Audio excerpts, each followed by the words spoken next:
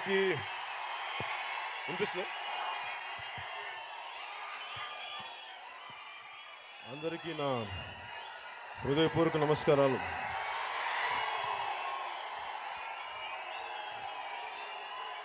రవిప్రకాష్ గారికి, చౌదరి గారికి నా హృదయపూర్వక నమస్కారాలు. అలాగే వేదిక పైన నాతో నటించిన నా సోదరులకి, నా మిత్రులకి, నా సన్నిహితులకి, ప్రతి ఒక్క నా కో స్టార్స్ అందరికీ నా హృదయపూర్వక నమస్కారాలు. ఈ మధ్యన ఇలాంటి సభల్లో మాట్లాడడం అలవాటు తప్పింది, అందుకని కొత్తగా ఉంది, కొంచెం భయంగా ఉంది, బెరుగ్గా ఉంది.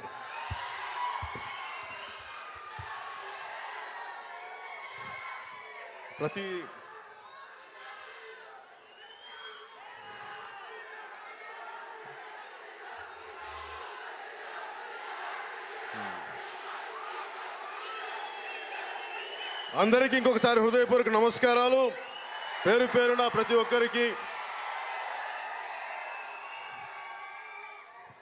నాకు మీరంటే, మీలో చాలామంది మన అభిమానులు రాలేకపోయారు. చాలా చిన్న ఆడిటోరియం అవటం వల్ల మనకు 25,000 మంది పట్టిన ఆడిటోరియం పెట్టుకున్నా కానీ ఇంకా స్థలం సరిపోకపోవడం వల్ల చాలా సమస్యలు ఉంటాయి. కానీ రాని ప్రతి ఒక్క అభిమానులందరికీ పేరు పేరున నేను మీకు క్షమాపణలు తెలుపుకుంటున్నాను.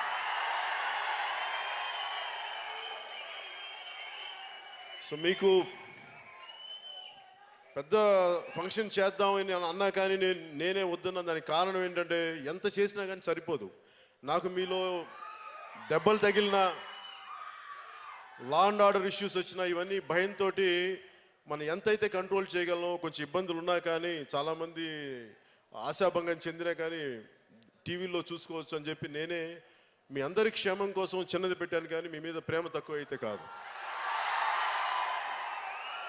దయచేసి ఇక్కడికి రాలేకపోయిన అభిమానులందరికీ, నా సోదరులందరికీ, నా సిస్టర్స్ అందరికీ, నా అక్క చెల్లెళ్ళందరికీ, ఆడపడుచులందరికీ, యువ మహిళా శక్తికి, ప్రతి ఒక్కరికి నా మనస్ఫూర్తిగా నా క్షమాపణలు తెలియజేసుకుంటున్నాను. మీ అందరూ మా కోసం అని చెప్పి ఇలా చేయాల్సి వచ్చింది. అంటే నాకు సినిమా అనేది నాకు అనుకోకుండా సినిమాలోకి వచ్చాను. ఏదో ఒక టెక్నీషియన్గా అవుదాం అనుకున్నాను, లేదంటే ఇంకేదో అవుతాం అనుకున్నాను. కానీ హీరోని అవుతానని కానీ, యాక్టర్ అవుతానని కానీ నాకైతే నమ్మకం లేదు నా మీద. కానీ జరిగిపోయింది ఏదో. కాకపోతే నాకేంటంటే, ఏ పని ఇచ్చినా సరే, అది తోట పని కావచ్చు, లేదంటే వీధులు ఊడ్చే పని కావచ్చు, ఎలాంటి పని అయినా సరే నిస్సిగ్గుగా చాలా గర్వంగా పనిచేస్తాను, చాలా నిజాయితీతో పనిచేస్తాను. సినిమాలు కూడా నాకు భగవంతుడిచ్చిన భిక్ష అనుకొని ఎంత కృతజ్ఞతగా చేయాలో, ఎంత కష్టపడాలో, ఎంత ఒళ్ళు దగ్గర పెట్టుకొని చేయాలో, ఇన్ని సంవత్సరాలు అంతే ఒళ్ళు దగ్గర పెట్టుకొని చేశాను. భవిష్యత్తులో ఎలాంటి బాధ్యతలో పెట్టినా కానీ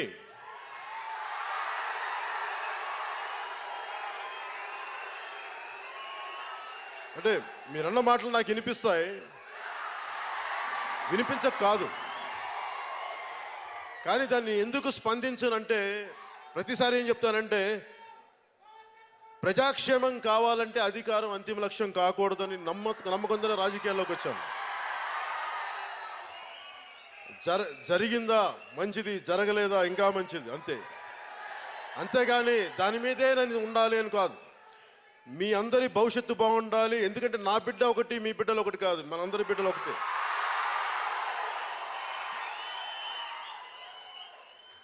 సినిమాల్లో నాకు మొదటిసారి సినిమా అయిపోయింది, ఇక్కడమ్మా అని సినిమా అయిపోయింది. తర్వాత గోకులను సీతను చేశాను. నాకు త్రివిక్రమ్ గారికి పరిచయం అందరూ మన జల్సా సినిమా అనుకుంటారు, లేదంటే అతడు సినిమా స్క్రిప్ట్ ముందు అనుకుంటారు. కానీ యాక్చువల్గా ఆయన అసిస్టెంట్ రైటర్గా ఉన్నప్పుడు నేను హీరోని, ఆయన గోకులం సీతకి ఆయన అసిస్టెంట్ రైటర్. నాకు అప్పటి నుంచి తెలుసు త్రివిక్రమ్ గారు, కాకపోతే నా పరిచయం లేదు అంతగా. ఆయన పోసాని మురళి గారు అసిస్టెంట్ అని తెలుసు. అంటే ఎందుకు చెప్తున్నానంటే ఈ సందర్భం, నాకు ప్రతి సినిమా నా జీవితంలో నేను కొన్ని నేర్చుకున్నాయో, నేను కొన్ని రియలైజ్ అయినాయో అవి సినిమాల్లో వచ్చాయి. యాదృచ్ఛికమో అది యాక్సిడెంట్ నాకు తెలియదు, ఎలా వచ్చాయి అలా జరిగాయి. అది నాకు గోకులంలో సీతలో ఒక మంచి డైలాగ్ ఇస్తుంది. ఆయన చాలా మంచి డైలాగ్, నేను చెప్పేవాడిని ఈ డైలాగ్ చాలా బాగుంటుంది అంటే చెప్పారు, అది నేను రాసిన డైలాగ్ అండి అని. తర్వాత అదేంటంటే, ఒకడు తప్పు దారికి వెళ్ళిపోయి ప్రేమ అనే దాన్ని వాడు గుర్తించి తిరిగి ఒక సన్మార్గంలో పడతాడు. భోగం వదిలేసి బాధ్యత యోగం వైపు నడుస్తాడు. అలాంటి పాత్ర అది ఎందుకో నాకు అనేక రకాల సందర్భాలు నాకు వెతుకుతున్నప్పుడు నాకు ఆయన రాసిన డైలాగులు నాకు ఎంత కరెక్ట్గా వచ్చినాయి అంటే, ప్రేమే దైవం, ప్రేమే సర్వం, ప్రేమే సృష్టి మనుగడికి మూలం అని తెలుసుకున్నానని చెప్పి రాసిన త్రివిక్రమ్ గారి డైలాగులు, ఆ రోజు అసిస్టెంట్ రైటర్గా రాసిన డైలాగ్ నాకు గుర్తుండిపోయిన ఈ రోజు దాకా. ఎందుకంటే అంటే ఒక మంచి బలమైన భావం, మంచి బలమైన డైలాగులు ఎలా నాకు నా సినిమాల డైలాగ్ చాలా తక్కువ గుర్తుండే నాకు. కానీ ఎప్పుడో చేసిన నా రెండో సినిమా డైలాగులు గుర్తుండిపోయిన, అంత గొప్ప డైలాగులు రాయగలిగిన వ్యక్తి త్రివిక్రమ్ గారు. ఆయన నాకు మిత్రుడు అవడం నాకు చాలా ఆనందం కలిగింది. అంటే నాకు ప్రతి సినిమా నన్ను ఏం రిఫ్లెక్ట్ చేస్తుందని ఎప్పుడు నేను చాలా తక్కువసార్లు పంచుకుంటాను. సినిమాలు ఏ సినిమా నన్ను ఎలా కదిలించిందనేది. సుస్వాగతం సినిమాలో చదువు బాధ్యత వదిలేసి కేవలం ప్రేమే అని చెప్పి జీవితాన్ని వ్యర్థం చేసుకునే ఒక యువకుడి పాత్ర అది. తండ్రి చనిపోతాడు, ఇలా కొడుకు అటు ఇటు తిరుగుతూ ఉంటాయి. అంటే దగ్గర ఉన్నప్పుడు, బాధ్యతగా ఉన్నప్పుడు మన తల్లిదండ్రుల విలువ తెలియదు. వాళ్ళు దూరం అయిపోయినప్పుడే వాళ్ళ తల్లిదండ్రుల విలువ తెలుస్తుంది. నాకు అవన్నీ జరగకుండానే నాకు నా తల్లిదండ్రుల విలువ తెలుసు. కానీ నాకెందుకు అది ఎప్పుడు బాధ్యతగానే ఉండేవాడిని చిన్నప్పటి నుంచి. కానీ ఆ సినిమాలో నేను చేసిన పాత్ర క్లైమాక్స్లో నేను ఎంత ఏడ్చానంటే, నిజంగా ఏడ్చాను. ఒక 16 టేకులు చేసిన, ఎన్నిసార్లు చేసినది అంటే నేను ఎంత ఏడ్చినా సరిపోక డైరెక్టర్ భీమనేని శ్రీనివాస్ గారు చెంపల మీద కొట్టుకుంటే, ఇంకా అంటే ఒక 40 సార్లు చేశాను ఆ సీన్. 40 టేకులు చేశాను. కొట్టుకొని నిజంగా కొట్టుకోవాలి. ఇలా సున్నితంగా ఏం కొట్టుకుంటాం, నిజంగా కొట్టుకుంటే తలకాయ దిమ్మెక్కిపోయేది. మళ్ళీ అలా చేసుకుంటూ వెళ్ళిపోతే నేను అనుకున్నాను ఆ సీన్ అయిపోయిన తర్వాత, అంటే నేను ఆఫ్ చేసుకోలేకపోయాను ఆ భావాన్ని. నిజంగా నా తండ్రి చనిపోతే ఇంక నేను ఏడుస్తానా అనిపించింది. జరగకూడదు, అశుభం అని తెలిసినా కానీ నా వల్ల కాలేదు. జల్సా చేసే టైంలో మా నాన్నగారు చనిపోతే నాకు ఏడుపు రాలేదు, ఏడ్చేశాను. ఆయన చనిపోవడానికి ఎప్పుడు కొన్ని సంవత్సరాల ముందు ఏడ్చేశాను. 3 రోజుల తర్వాత, ఆయన చనిపోయిన చిన్న దినం తర్వాత నేను వెళ్ళి షూటింగ్ చేయాల్సి వచ్చింది జల్సా. అంటే ప్రతి సినిమా తాలూకు ఏదో ఒక అనుభవం నా జీవితంలో నన్ను కదిలించే. సినిమా నేను సినిమాగా చూడలేదు, సినిమా నా జీవితం, నన్ను కదిలించిన సంఘటనలు, నాలో చాలా రేకెత్తించిన భావాలు, అలా ప్రతి జరిగినాయి. తొలి ప్రేమ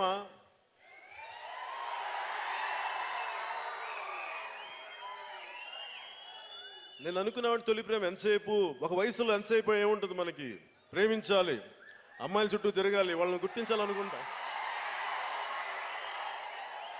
కానీ అప్పటికి నాకేమనిపించిందంటే, బాధ్యత లేని ప్రేమ ఏం ప్రేమ అనుకున్నాను. అంటే బాధ్యతలు విస్మరించి అమ్మాయిల చుట్టూ తిరిగి, లేదా అమ్మాయిలు అబ్బాయిల చుట్టూ తిరిగి బాధ్యతల్ని మర్చిపోతే మరి మనం తల్లిదండ్రులకి ఏం చేసినట్టు అనే ఆలోచన నాకు కలిగినప్పుడు తొలి ప్రేమ స్క్రిప్ట్ ఎవరో ఒకరు తీసుకొచ్చారు, నా కరుణాకరన్ అనే వ్యక్తి. సో అలా నా ప్రతి సినిమా నాలో కదిలే భావాలకి ఏదో ఒక రూపంలో, సినిమా రూపంలో బయటకు వచ్చాయి. అలా ఒక్కొక్క సినిమా చేసుకుంటూ బద్రి అనే సినిమా, తమ్ముడు అనే సినిమా, తొలి ప్రేమ తర్వాత నాకు నిజంగా నేను కష్టపడింది తమ్ముడు అనే సినిమాకి. ఒక సూపర్ డూపర్ హిట్ సినిమా వచ్చిన తర్వాత దానికి ఫాలో అప్ సక్సెస్ రావడం చాలా కష్టం, జరగదు. నేను నా ప్రాణాలను పణంగా పెట్టేశాను, ఉంటే ఉంటాం పోతే పోతామని చెప్పేసి. ఎప్పుడో నేర్చుకున్న మార్షల్ ఆర్ట్స్ మళ్ళీ ఇంకోసారి చేయాల్సి వచ్చింది. ఈ రోజుకి ఆ రోజు కార్ల కింద చేసి నా పర్మనెంట్గా నాకు ఇది వంగిపోయింది. ఆ రోజు చేసింది ఇప్పటికి రాత్రులు ఇట్లా చేతులు తిరిగిపోతూ ఉంటాయి. ఒక పిచ్చి ఉన్మాదంతో చేశాను, ఇష్టంతో. అంటే నన్ను ఇంత అభిమానిస్తాను, ఇంకా నేను ఏమి ఇవ్వాలని. అన్నిటికంటే నేనేం నమ్ముతానంటే మొదటి నుంచి మన భవిష్యత్తుని నిర్ణయించుకునేది మనమే. అది ఒక యువతలో ఉన్న శక్తి, యువకుల్లో ఉన్న శక్తి, మహిళా యువతలో ఉన్న శక్తి, ప్రతి యువతి యువకుల్లో ఉన్న శక్తి. దానిని ఎవరో కూర్చోబెట్టి నువ్వు చెయ్యలేవు, ఇది నీ వల్ల కాదు అని చెప్పే హక్కు ఎవరికీ లేదు అని చెప్పడానికి నిదర్శనం తమ్ముడు సినిమా. అది నేను గుర్తించాను, నేను దారి నడిచాను. అలాంటి భావాలు వెతికే వాళ్ళకి ఆ సినిమా ఎంతో కొంత ఒక స్ఫూర్తి కలిగించాలనే ఉద్దేశంతో ఆమె ట్రావెలింగ్ సోల్జర్ అని పెట్టాను. దానికి కారణం ఏంటంటే, నన్ను హద్దులు గీసేది మీరెవరు? బయట సమాజాన్ని నేను అడగదలుచుకుంది. నన్ను హద్దులు గీసేది నేను ఏ స్థాయికి వెళ్ళాలి? నేనంటే నేను కాదు, మీరు ప్రతి ఒక్కడు, ఒక్క యువతి యువకుడు చిన్న వయసు నుంచి మన భవిష్యత్తును రాయగలిగేది పక్క సమాజం, పక్కనోడు కాదు, మనం. మనలో ఉన్న చేతనం, మనలో ఉన్న భగవంతుడి శక్తి, దానిని గుర్తించినప్పుడు మనల్ని ఏది ఆపలేదు. నేను అది చెప్పదలుచుకున్నాను. ఆమె అంటే మీరెవరన్నా ఆపడానికి? నా గ్రోత్ ఎంత? నేను అనుకున్నంత, మీరు అనుకున్నంత కాదు. నేను అనుకున్నంత నేను ఎదుగుతాను, మీరు అనుకున్నంత నేను ఎదగను. అది నా ఒక్కడి గురించి మాట్లాడలా. నాలాగా నేను చాలా చిన్న స్థాయి నుంచి వచ్చాను. ఇప్పటికీ చిన్న స్థాయిలోనే ఉండటం ఇష్టం. ఆలోచన విస్తృతి పెద్దగా పెంచుకుంటాను, కానీ ఇక్కడ మటుకు అడుగులు భూమికి తాకి ఉండాలని కోరుకుంటాను. భూమికి బలంగా అతుక్కుపోయి ఉండాలని కోరుకుంటాను. అది నేను పంచుకున్నాను తమ్ముళ్ళు. బద్రీలో ఏం పంచుకున్నానంటే ఇద్దరు అమ్మాయిలు కాదు, అది మీరు గుర్తుంచుకోండి. బద్రీ పేరుకి ఇద్దరు అమ్మాయిలు ప్రేమించిన కథైనప్పటికీ దాంట్లో నాకు ఆ విలన్ క్యారెక్టర్ ఉంటుంది, అమ్మాయి అన్నయ్య క్యారెక్టర్.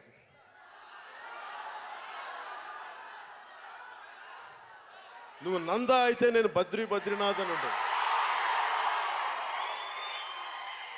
అది నాకు ఒక డైలాగ్ కాదు. అది ఏంటంటే, ప్రతి ఒక్కడు ఎదిగే ప్రతి ఒక్కడు ఇంకొకటి తొక్కేయాలనుకుంటాడు. ప్రతి ఒక్కడికి అహంకారం ఎక్కువ. నేను ఇంత గొప్పడు కాబట్టి నువ్వు నా కింద పడి ఉండాలి, నువ్వెవడిపే, నేను కూడా అంత, నువ్వు మూసుకొని చెప్పడానికి. అందరం మనుషులు. నువ్వు ఎక్కి కూర్చోడానికి, మా మీద నెత్తిలు ఎక్కి కూర్చోడానికి లేదు. నువ్వు కూడా మాలాంటి సామాన్యుడివే, నువ్వు గొప్పవాడివి కాదు.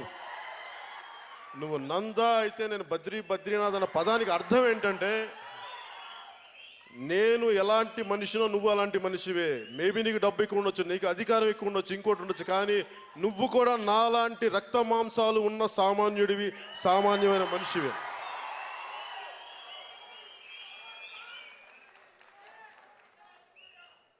ఖుషీ సినిమాకి వచ్చేటప్పటికి నాకు ఇష్టమైంది ఏంటంటే, నా దేశాన్ని ఎంత ప్రేమించాలి అదొకటి చెప్పదలుచుకున్నా. మిగతా లవ్ స్టోరీస్ ఎన్ని ఉన్నా కానీ ఏ మేరా జహా అనేది నా దేశం. నా దేశాన్ని, అది నా కాలేజ్ అవ్వచ్చు, నా కాంపౌండ్ అవ్వచ్చు, నా ఇల్లు అవ్వచ్చు, నా లొకాలిటీ అవ్వచ్చు, బయట వాళ్ళు ఎవరో వచ్చి ఇక్కడ మీరు డిసైడ్ చేయడానికి మీకు సంబంధం లేదు. నా దేశం, నా ప్రాంతం, నా ఏరియా, మీకు సంబంధం లేదు. అది చెప్పడానికి ఏ మేరా జహా. అలా ఒక్కొక్క సినిమా. కానీ ఖుషీ రేపు రిలీజ్ అంటే ఇక్కడ హైటెక్ సిటీలో నేను, నాతో పాటు పనిచేసిన చాలామంది ఉన్నారు, కొంతమంది స్టాఫ్ అంతా, వాళ్ళతో కూర్చొని నేను ఫస్ట్ టైం ఇక్కడ మాదాపూర్లో ఉన్న హైటెక్ సిటీలో సినిమా చూస్తూ ఉన్నా. సినిమా మధ్యలో దాన్ని ఇంగ్లీష్లో ప్రెమానిషన్ అంటారు, లేదంటే అది కీడా. ప్రెమానిషన్ అంటే ఆపద శంకించడం అంటాను, కీడు శంకించడం ప్రెమానిషన్ అంటే. సినిమా చూస్తుంటే నాకేమనిపించిందంటే, మధ్యలో ఇంటర్వెల్ మధ్యలో, అరే నీకు రాబోయేది కొన్ని సంవత్సరాలు గడ్డు కాలం ఉంటుంది, చాలా కష్టాలు ఉంటాయి, నీకు చాలా ఇబ్బందులు ఉంటాయి అని నాకు ఏదో విపరీతమైన భావన కలిగిపోయి నీరసం వచ్చేసింది, బాధ వచ్చేసింది. బయటకు వచ్చేసాను. బయటకు వచ్చి నాకేం చేయాలో తెలియలే, ఆకలి చచ్చిపోయింది. ఆ రోజు నేను దెబ్బతిన్నది తిరిగి నాకు శక్తి పుంజుకోవడానికి గబ్బర్ సింగ్లో పోలీస్ స్టేషన్ సీన్లో చేస్తే కానీ ఆ శక్తి నేను పుంజుకోలేకపోయాను. ఆ రోజు కోల్పోయిన శక్తి. అప్పటిదాకా నేను భగవంతుని రోజు యాచకుడిలాగే నేను చేతులు పెట్టుకొని కూర్చున్నాను. నువ్వు ఎప్పుడు ఇస్తావో నాకు అప్పుడు నేను నిన్ను అడగను, నేను ఇబ్బంది పెట్టను, నేను నా కర్మ చేసుకుంటూ వెళ్ళిపోతానని చెప్పి రోజు భగవంతుడి ముందు తల మోకరిల్లి, నువ్వు ఏ బాధ్యత ఇస్తావో నాకు అదే ఇవ్వు అని చెప్పి నేను ఆయన ఇంకేం అడగలేదు. నేను అలా కూర్చొని ఉన్నాను. అది అయిపోయిన తర్వాత ఆ పోలీస్ స్టేషన్ సీన్లు చేస్తున్నప్పుడు నాకు తిరిగి ఏదైతే నేను కోల్పోయానో ఖుషీ టైంలో, అప్పుడు వచ్చింది ఆ శక్తి తిరిగి. కానీ అక్కడితో ఆగిందా అంటే ఇది నిరంతర పోరాటం. జీవితం అనేది నిరంతర పోరాటం. ఒకరోజు పడిపోతాం, ఇంకో రోజు లెగుస్తాం, మళ్ళీ ఇంకో రోజు లెగుస్తాం. ఇది నిరంతర పోరాటం. దీన్ని సమానంగా చూడగలగాలి, గెలుపు ఓటములు సమానంగా చూడగలగాలి అన్న ఆలోచన నాకు ఆ రోజు నుంచి స్టెబిలైజ్ అయ్యి ఈ రోజు నేను గెలుపు ఓటములను సమానంగా తీసుకునే శక్తి నాకు ఉందని చెప్పడానికి నేను ఏమాత్రం సందేహించను.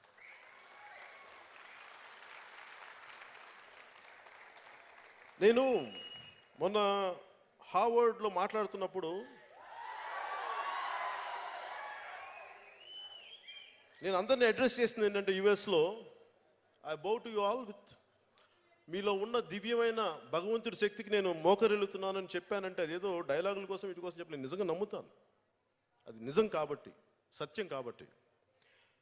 నేను మొట్టమొదటిసారిగా సుస్వాగతం అనే సినిమాకి పెద్ద హిట్ అయింది. కర్నూలులో ఇన్ని రోజులు ఆడింది ఒకటే థియేటర్లో.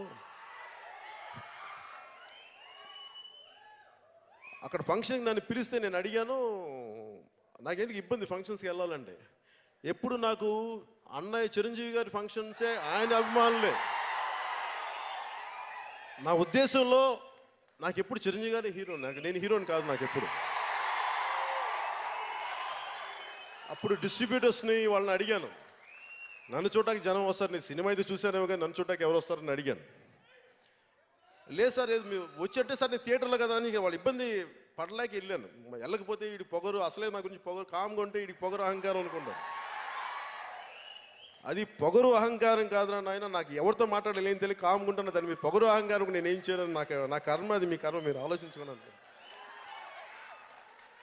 అంటే ఏ సందర్భంలో చెప్తున్నానంటే, ఆ రోజు హోటల్ నుంచి నేను బయటికి వెళ్తుంటే వాళ్ళు వచ్చి, సార్ రోడ్డు చిన్న ఊరేగింపుగా తీసుకెళ్తాం, కిలోమీటర్లు ఉంటుంది, ఇక్కడి నుంచి 5 కిలోమీటర్లు ఉంటుంది అంటే, 5 కిలోమీటర్లు అంటే నేనైనా గంగిరెద్దునండి వాళ్ళు తీసుకెళ్తానన్నా. ఇట్లా నాకు ఇబ్బందిగా ఉంటుంది సార్, నాకు తీసుకెళ్ళిపోయి నేను ఇలాగా నేను ఊహించుకోలేకపోతాను. అన్నయ్య గారు ఊహించుకోలేక, నేను అన్నగారు అయితే ఆ జనం ప్రేమ చూపిస్తుంటారు, ఆయన చెయ్యితే అందం ఉంటుంది, నేను ఇలా కూర్చొని చెయ్యితే ఏమందం ఉంటుంది సార్, చండాలంగా ఉంటుందని చెప్పాను.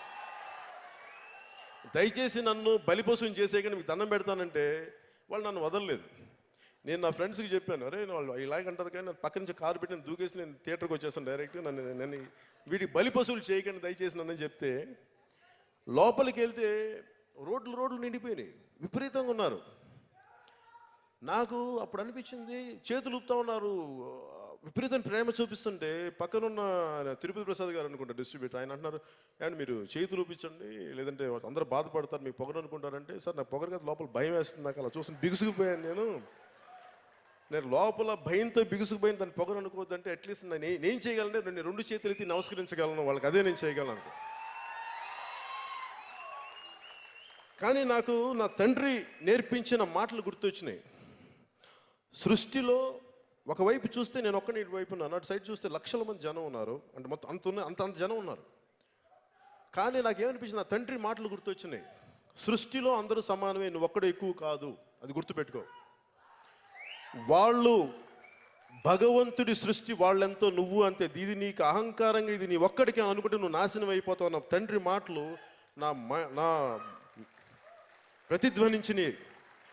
ఆ రోజు నుంచి ఈ రోజు దాకా నేను మీకు ప్రతి ఒక్కరికి పేరు పేరున నన్ను అభిమానించిన వారికి, అభిమానించే వారికి, ప్రతి ఒక్కరికి, సృష్టికి, ప్రతి వస్తువుకి, చైతన్యం మనకి జీవంతో ఉన్న వస్తువుకి, జీవం లేని వస్తువుకి, ప్రతి ఒక్కదానికి నేను శిరస్సు వంచి మోకరిల్లుతాను.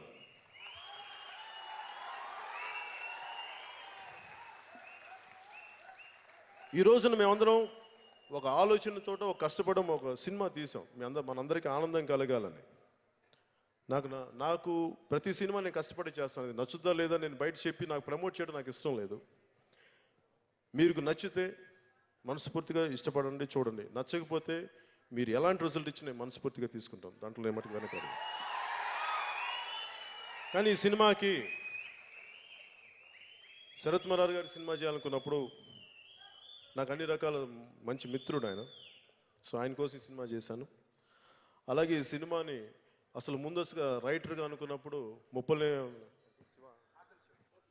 ఆకుల శివ అనే రైటర్ ఉన్నారు.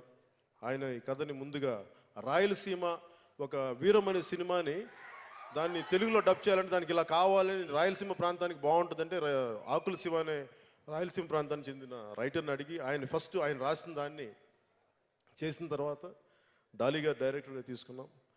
డాలీ గారు చాలా సున్నితమైన దర్శకుడు, చాలా బాగా తీస్తారు సినిమా. నాకు ఆయన సినిమా ఎందుకంటే గోపాల దగ్గర నుంచి ఆయనలో చాలా సున్నితమైన హాస్యం ఉంటుంది. ఆయన హాస్యం నాకు నచ్చుతుంది. ఆయనతో పని చేయడానికి నాకు ఎప్పుడు ఎదురు చూస్తాను, బాగుంటుంది ఆయనతో అట్మాస్ఫియర్. అలాగే అత్తారింటికి దారేది తీసిన ప్రసాద్ మురళ సినిమాటోగ్రాఫర్ గారికి. కానీ అలాగే నేను ఎప్పుడు తమ్ముడిని, నేను ఎప్పుడు అన్నయ్యని కాదు నా జీవితంలో ఎవరికి. మొదటిసారి ఈ సినిమాలో అన్నయ్యనయ్యాను.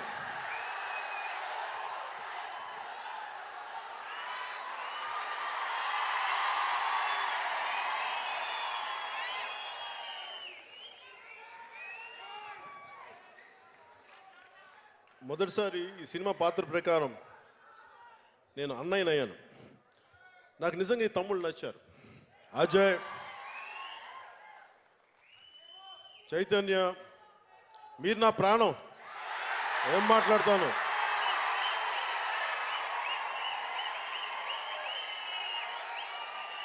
ప్రాణం తమ్ముళ్ళు ఒకటా? ప్రాణం వేరు, తమ్ముళ్ళు తమ్ముళ్ళని చెప్తున్నాను కదా.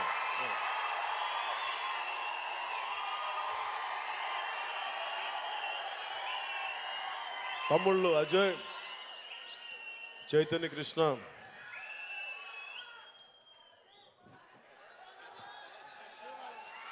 కమల్, కామరాజ్,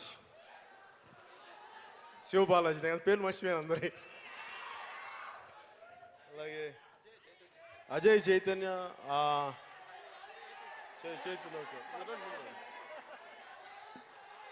అలాగే వీరి మరదలుగా మీరు మీ గర్ల్ ఫ్రెండ్స్ అంటారా?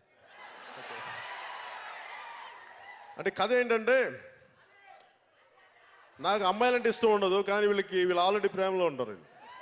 వీళ్ళందరూ కలిపి కాటమరాయిని ఎలా ప్రేమలో ముంచేస్తారన్నది సినిమా కథ. సో వీళ్ళ సినిమాలు వీళ్ళ గర్ల్ ఫ్రెండ్స్ పాత్రధారులకి నాకు అందరి పేర్లు గుర్తులేదు, క్షమించాలి. ప్రతి ఒక్కరికి పేరు పేరున ఈ సినిమాలో నటించిన నటీమణులందరికీ, అలాగే ఫైట్ మాస్టర్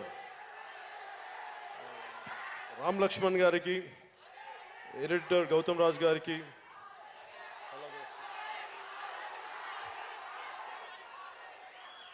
ఆర్ట్ డైరెక్టర్ బ్రహ్మకర్ల గారికి, మిగతా టెక్నీషియన్స్ అందరికీ, ప్రతి ఒక్కరికి పేరు పేరున నా హృదయపూర్వక నమస్కారాలు, ధన్యవాదాలు తెలియజేసుకుంటూ